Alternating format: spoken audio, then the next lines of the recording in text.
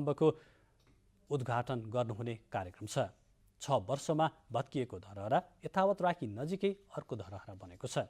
अब धरहरा क्षेत्र 42 रोपनी क्षेत्रफलमा फैलिने भएको छ। यस क्षेत्रमा एउटा अर्धभूमिगत सहित 4 तल्ले भूकम्प र टक्सार सम्बन्धी सङ्ग्रहालय निर्माण भइरहेको छ। धरहराको निर्माण सकिए पनि त्यस क्षेत्रमा निर्माण हुने अन्य संरचनाको काम भने भइरहेको राष्ट्रिय पुनर्निर्माण प्राधिकरणका सचिव मणिराम गेलालले जानकारी दिनुभएको छ। भीमसेन थापाले विक्रम सम्वत 1882मा बनाउनु भएको धरहरा भीमसेन स्तम्भ पनि भनिन्छ, जसलाई सिसाले छोपेर संरक्षण गरी राखिएको छ।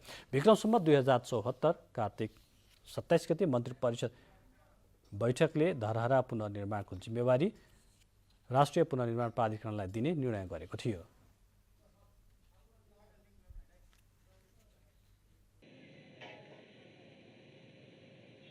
धरहराको पुनर्निर्माण कार्य सम्पन्न भएको छ र आज पुनर्निर्मित भव्य धरहराको यस ठाउँमा उद्घाटन भएको छ।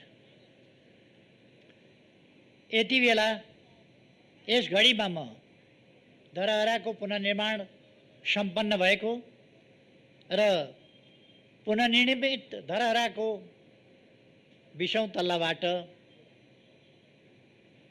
पुष्पवृष्टि गरेर यसको उद्घाटन गर्न पाउँदा अत्यन्तै खुसी लागेको छ। यसका बाँकी कामहरू योसँग प्रत्यक्ष सम्बन्धित नभए पनि यसै आयोजनाभित्रका कामहरू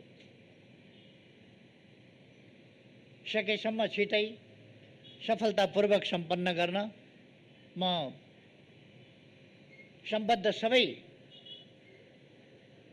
पक्षहरूलाई, मित्रहरूलाई आग्रह गर्न चाहन्छु, आह्वान गर्न चाहन्छु।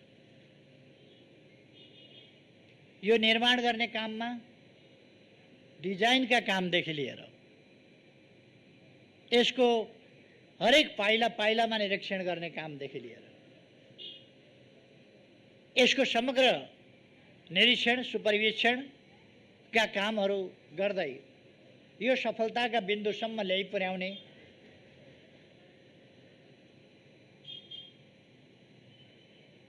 पुनर्निर्माण प्राधिकरण, त्यसका कार्यकारी प्रमुख लगायत प्राधिकरणसिंहैलाई म बधाई भन्न चाहन्छु र धन्यवाद भन्न चाहन्छु।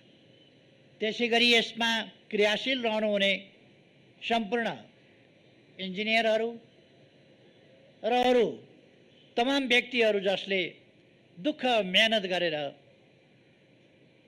यसलाई सम्पन्न गर्नुभएको छ, सबैप्रति पनि म धन्यवाद ज्ञापन गर्न चाहन्छु। आज राति पनि मैले हेरिरहेको थिएँ, राति पनि काम चलिरहेको थियो। यसलाई लिप्ने, बढार्ने, पोत्ने अनेक कामहरू आज राति पनि देखाइराखेको मैले देखेको थिएँ। यसरी दिन रात नभनिकन यस काममा जुटेर यसलाई सफल बनाउने सबै धन्यवादका पात्र हुनुहुन्छ। यस काममा सहयोग पुर्याउने महानगरपालिका र स्थानीय तहका, प्रदेशका स्थानीय तहका सम्पूर्ण जनप्रतिनिधिहरू, यहाँका माननीय सांसद सबैलाई पनि म धन्यवाद भन्न चाहन्छु।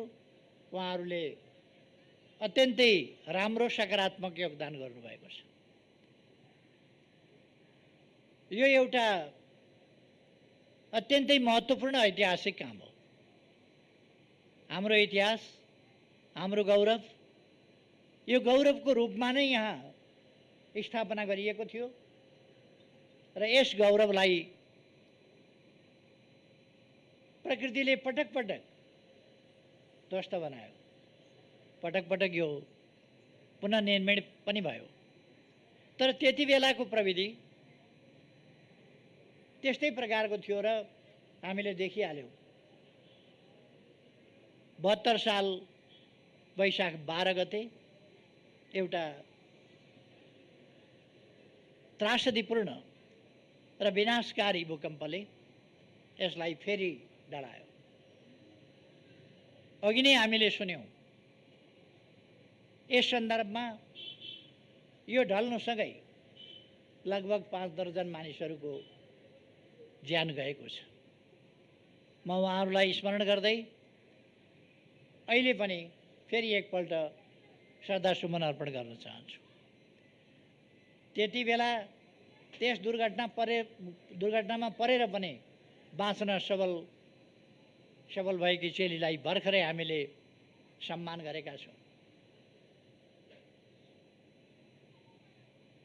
अरू निर्माण काममा जुट्ने साथीहरूलाई हामीले सम्मान गरेका छौँ। उहाँहरू सम्मान लायक हुनुहुन्छ र म उहाँहरूलाई फेरि पनि सम्मान भन्न चाहन्छु, जसले सम्मान प्राप्त गर्नुभएको छ। अरू पनि थुप्रै सम्मान प्राप्त गर्न योग्य योगदान गरेका व्यक्तिहरू हुनुहुन्छ, तर त्यसमध्ये छानेर हामीले सीमित गर्नु पर्यो सम्मान प्राप्त गर्ने व्यक्तिहरूलाई।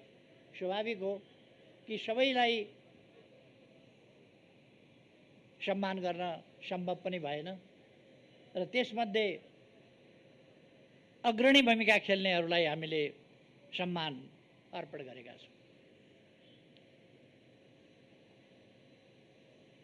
हामीले धरहराको पुनर्निर्माण एउटा नेपालको गौरव, काठमाडौँ चिनिने एउटा काठमाडौँको परिचय, नेपालको परिचय, नेपालको गौरव र यससँग एउटा इतिहास पनि जोडिएको छ।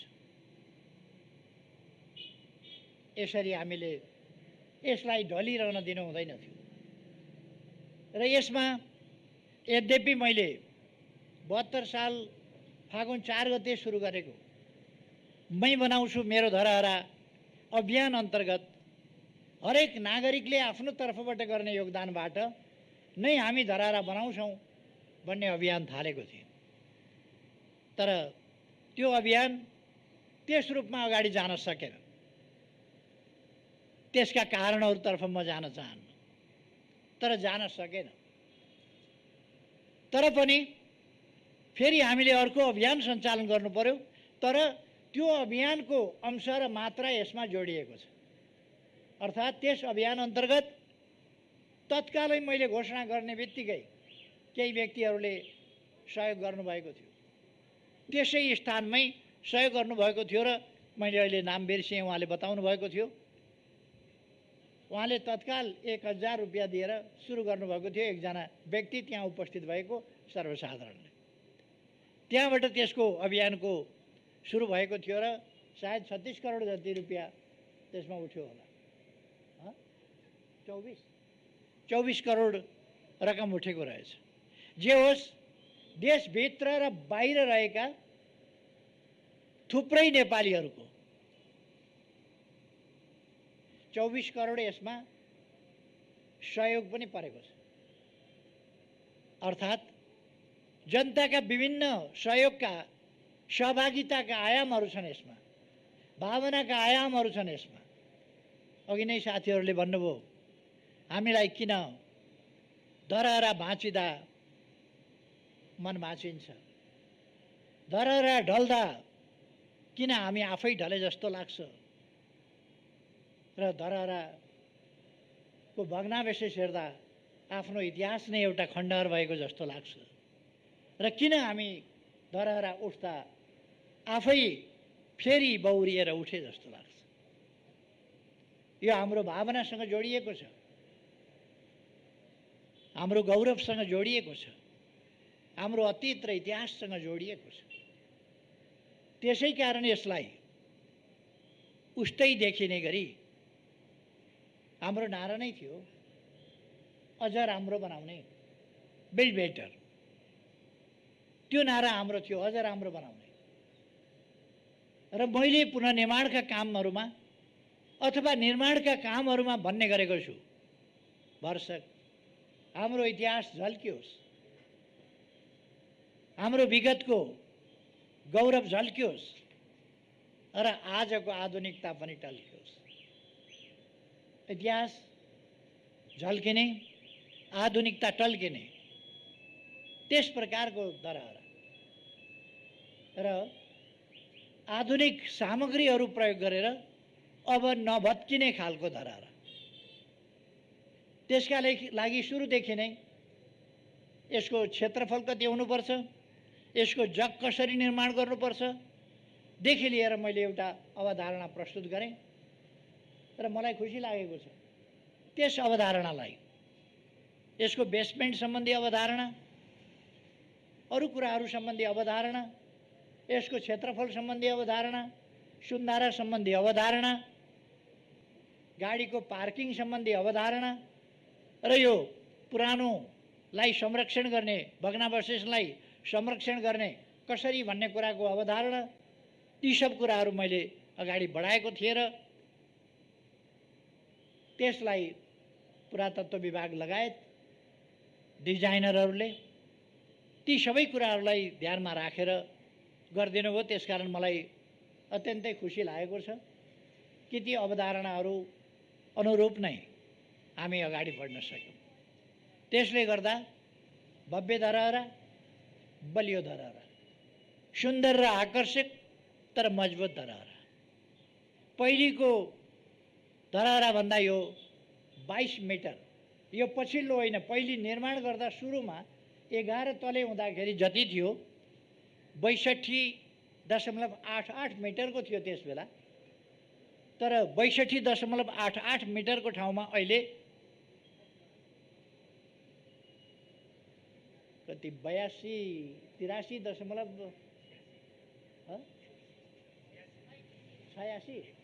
86.5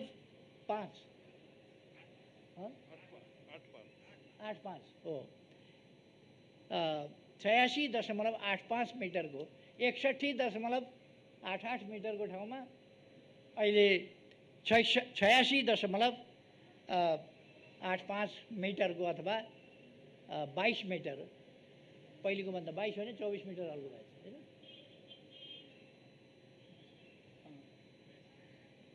जे होस्, पहिलेको भन्दा 24-25 मिटर 25 मिटर अल्गो रहेछ र मजबुत छ यो। यसको जग, यसको बनावट, यसमा प्रयुक्त मेटेरियल सबै हिसाबले यो मजबुत छ। यो खुसीको कुरा हो। यससँगै हामीले अरू थुप्रै निर्माणका कामहरू गरेका छौँ।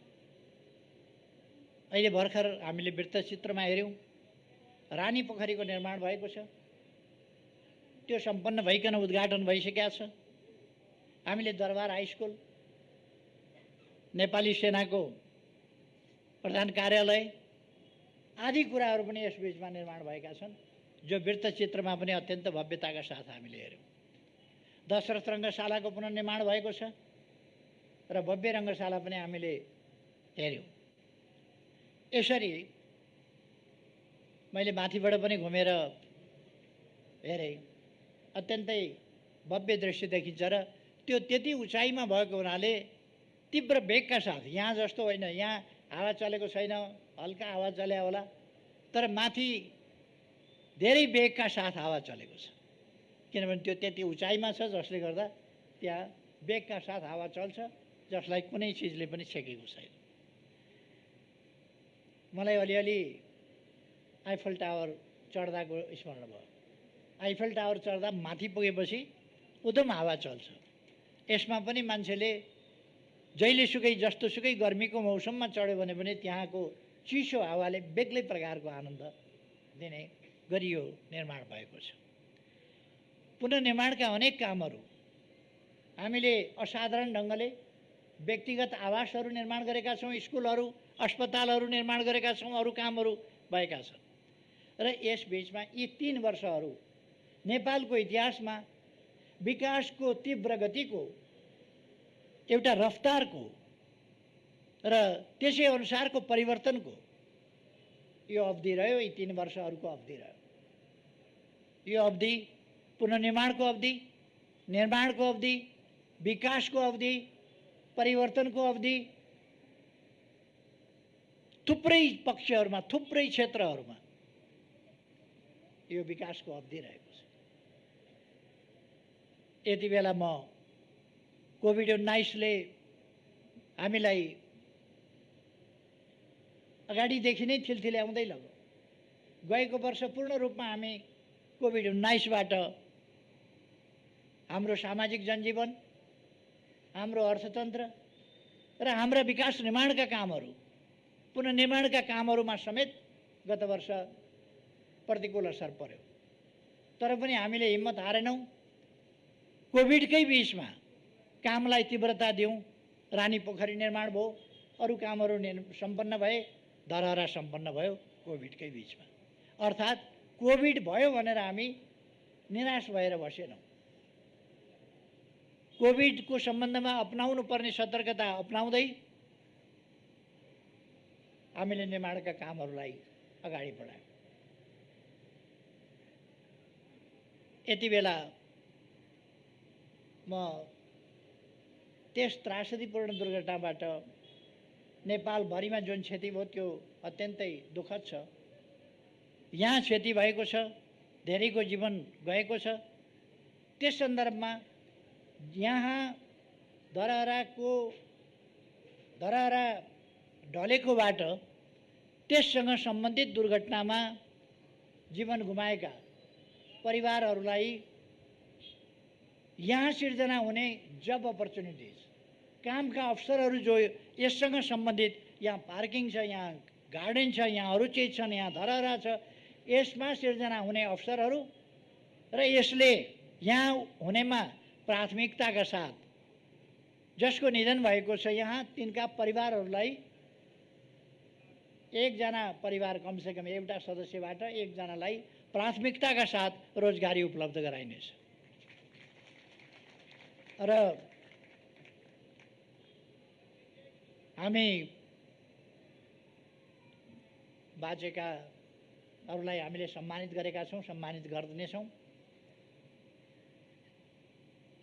जसलाई यहाँ पुग्दैन अथवा कामको प्रकृति मिल्दैन त्यस्तालाई अरू ठाउँमा पनि हामी अब उपरान्त धरहरा ढल्दैन त्यो सुनिश्चितता हामीले गरेका छौँ।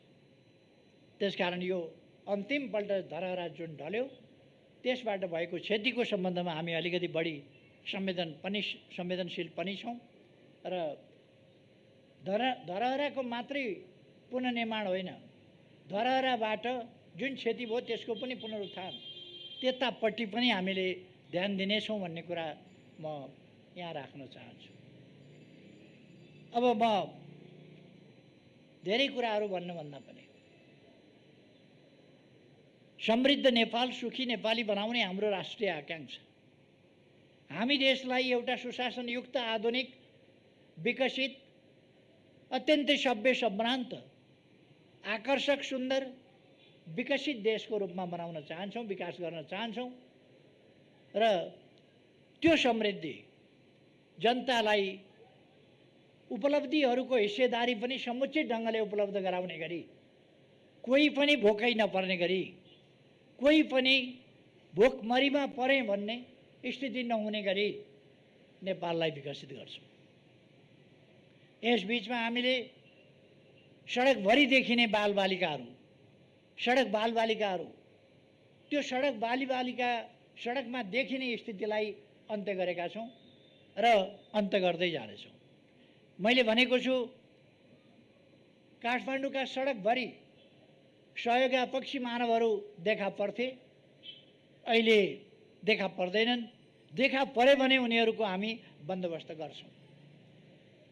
त्यसर्थ यो 2078 साललाई हामीले विभिन्न ढङ्गले अनेक कुराहरू नयाँ घोषणा गरेका छौँ।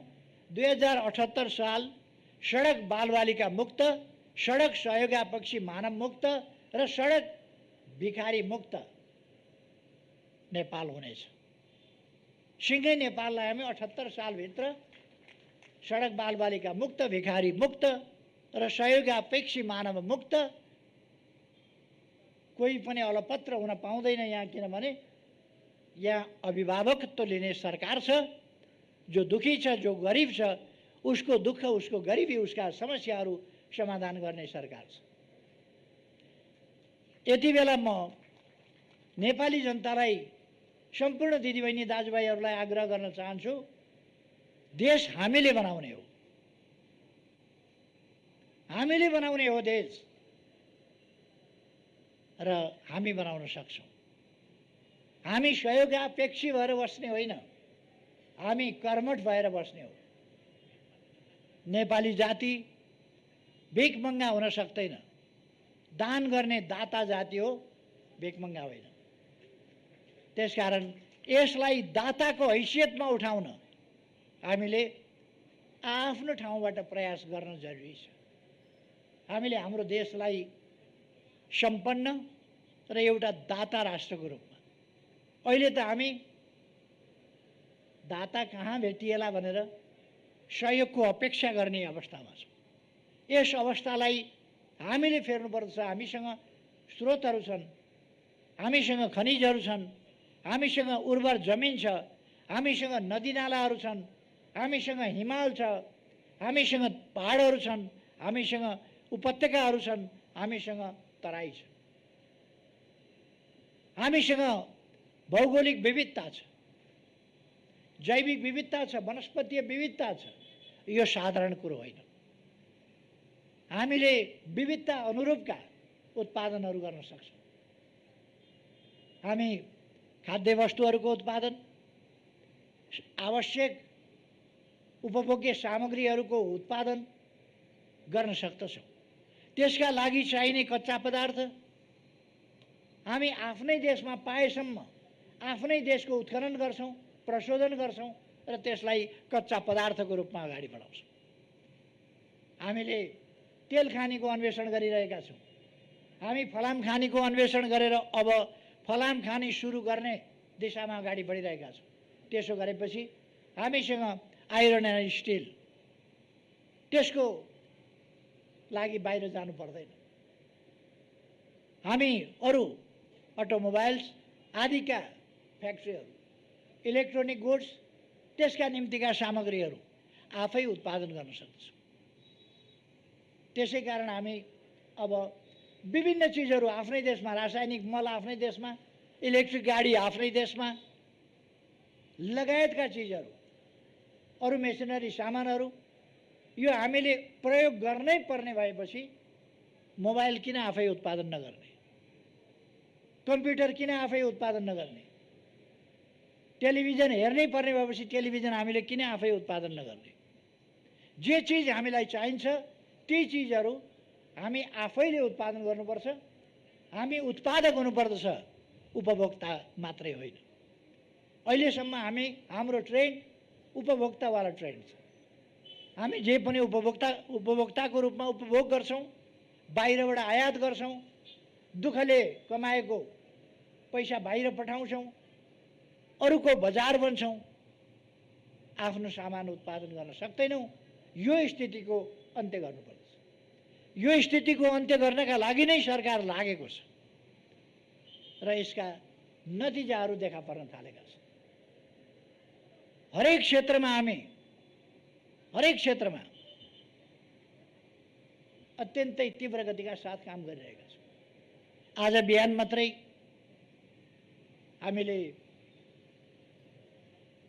वीरेन्द्र सैनिक अस्पताल, त्यस ठाउँमा अर्को 750 बेडको आधुनिक सुविधा सम्पन्न भव्य अस्पतालको शिलान्यास गऱ्यौँ, जहाँ आकस्मिक रूपले आइपर्ने समस्याहरू, अप्ठ्याराहरू 6000 सम्मलाई सम्बोधन गर्न सक्ने, उपचार गर्न सक्ने गरीका 6000 थपलाई उपचार गर्न सक्ने र नियमित रूपमा 750 बेडको स्तरीय विभिन्न विधाहरूमा उपचार गर्न सक्ने त्यस प्रकारको अस्पतालको शिलान्यास हामीले गरेका छौँ। हामीले शिक्षाको क्षेत्रमा विश्वविद्यालयहरू, विद्यालयहरू, महाविद्यालयहरू, अरू विभिन्नको पुनर्निर्माण र निर्माणका कामहरू गरिरहेका छौँ। अस्ति भर्खर मात्रै हामीले 6 अरब भइरहेका विद्यालयहरूको सुविधा, त्यसमा 6 अरब रकम खर्च गर्यौँ। अस्ति भर्खर मात्रै हामीले हरेक पालिकामा पुग्ने गरी, कमसेकम हरेक पालिकामा पुगुन् त्यसरी 396वटा अस्पतालहरू निर्माण सुरु गरेका छौँ।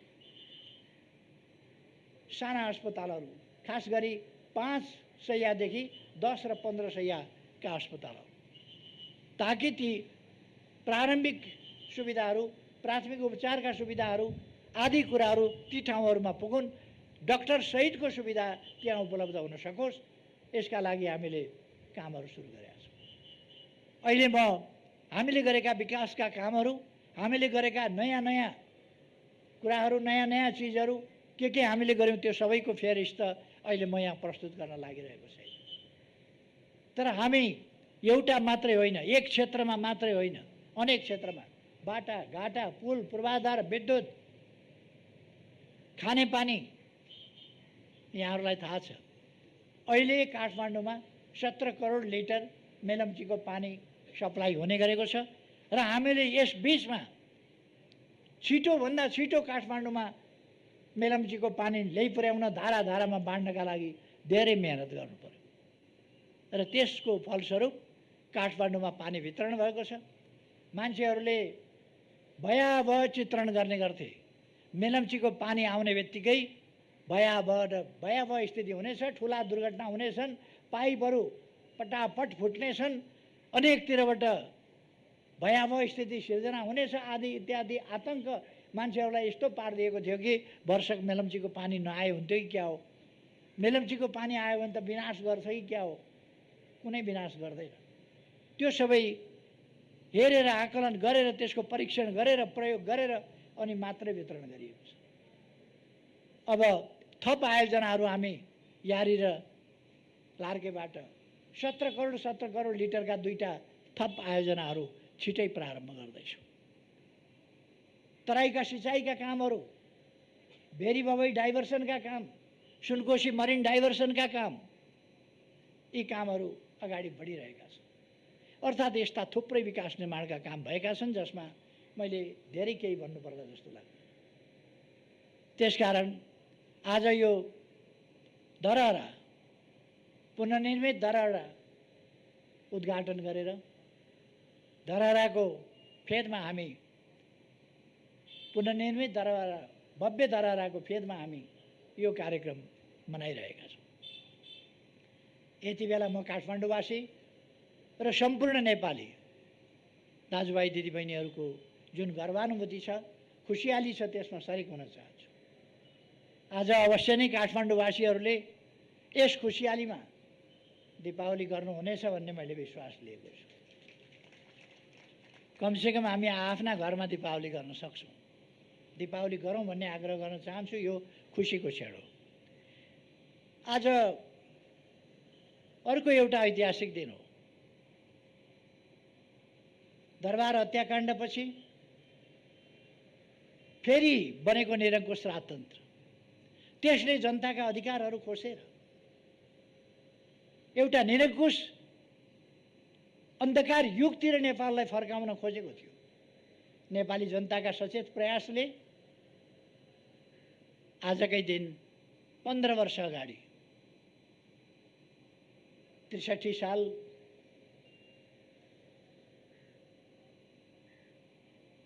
वैशाख 11 गते सफलता प्राप्त गरेको थियो र यसलाई हामी लोकतन्त्र दिवसको रूपमा पनि भन्ने गरेका छौँ, मनाउने गरेका छौँ। यस लोकतन्त्र दिवसको सन्दर्भमा पनि म सम्पूर्ण नेपाली दाजुभाइ दिदीबहिनीहरूमा हार्दिक बधाई भन्न चाहन्छु, धेरै धेरै शुभकामना भन्न चाहन्छु। लोकतन्त्र सुदृढ हुँदै गएको छ। लोकतन्त्रलाई कमजोर पार्न खोज्ने दक्षिणपन्थी प्रतिक्रियावादी शक्तिहरू कमजोर हुँदै गएका छन् र विभिन्न प्रकारले देश, जनता, विकास, समृद्धि, जनताको सुखसँग मतलब नभएका स्वार्थमा तल्लीन तत्त्वहरू छटपटाइ पनि रहेका छन्। यसमा चिन्ता गरिरहनु पर्दैन। म सम्पूर्ण दाजुभाइ दिदीबहिनीहरूलाई भन्न चाहन्छु, हामीले हाम्रो देश विकास गर्ने हो, समृद्ध बनाउने हो र नेपाली जनतालाई सुखी बनाउने हो। यसका निम्ति आफ्ना ठाउँबाट हामी इमान्दारिताका साथ जुटौँ। धरहरा निर्माण हुँदो रहेछ भयो, रानी पोखरी निर्माण हुँदो रहेछ भयो, मेलम्चीको पानी ल्याउन सकिने रहेछ आयो। यी सबै कामहरू हामी गर्न सक्दा रहेछौँ। अब अगाडिका कामहरू समृद्धिका निम्तिका हाम्रा प्रयासहरू पनि सफल हुन सक्छन्। सफल पार्दै हामी अगाडि बढ्न सक्छौँ। हामीले बृहत्तर टुँडिखेल क्षेत्र, धरारा लगायत, घण्टाघर लगायत, रानीपोखरी लगायत टुँडिखेल क्षेत्रको, भृकुटी मण्डप लगायतको क्षेत्रको कस्तो खालको चाहिँ भोलि डिजाइन बनाउँछौँ भन्ने कुरा यो 2-3 वर्ष कतिभित्र हामी सक्छौँ यसलाई। त यो पनि डिजाइन अघि प्रस्तुत भएको थियो। म खुसी व्यक्त गर्न चाहन्छु र यो सन्देश पनि खुसीको दिन भन्न चाहन्छु कि काठमाडौँ एउटा नयाँ स्वरूपमा विश्वका मानिसहरूलाई आउँ भ्रमण गरौँ काठमाडौँ जस्तो लाग्ने गरी र फर्किँदाखेरि एकपल्ट भ्रमण गर्नु काफी छैन, फेरि आउनुपर्छ भन्ने एउटा आउटगोइङ भिजिटर्स नोटबुक राखिदियो भने उनीहरूले त्यहाँ त्यो लेख्नेछ। त्यस्तो काठमाडौँ बन्दैछ। त्यस्तो नेपाल हामी बनाऊँ, यही आग्रहका साथ आजको यस खुसियालीमा सबैसँग म खुसी सेयर गर्दै आफ्नो भनाइ टुङ्ग्याउँछु। धन्यवाद।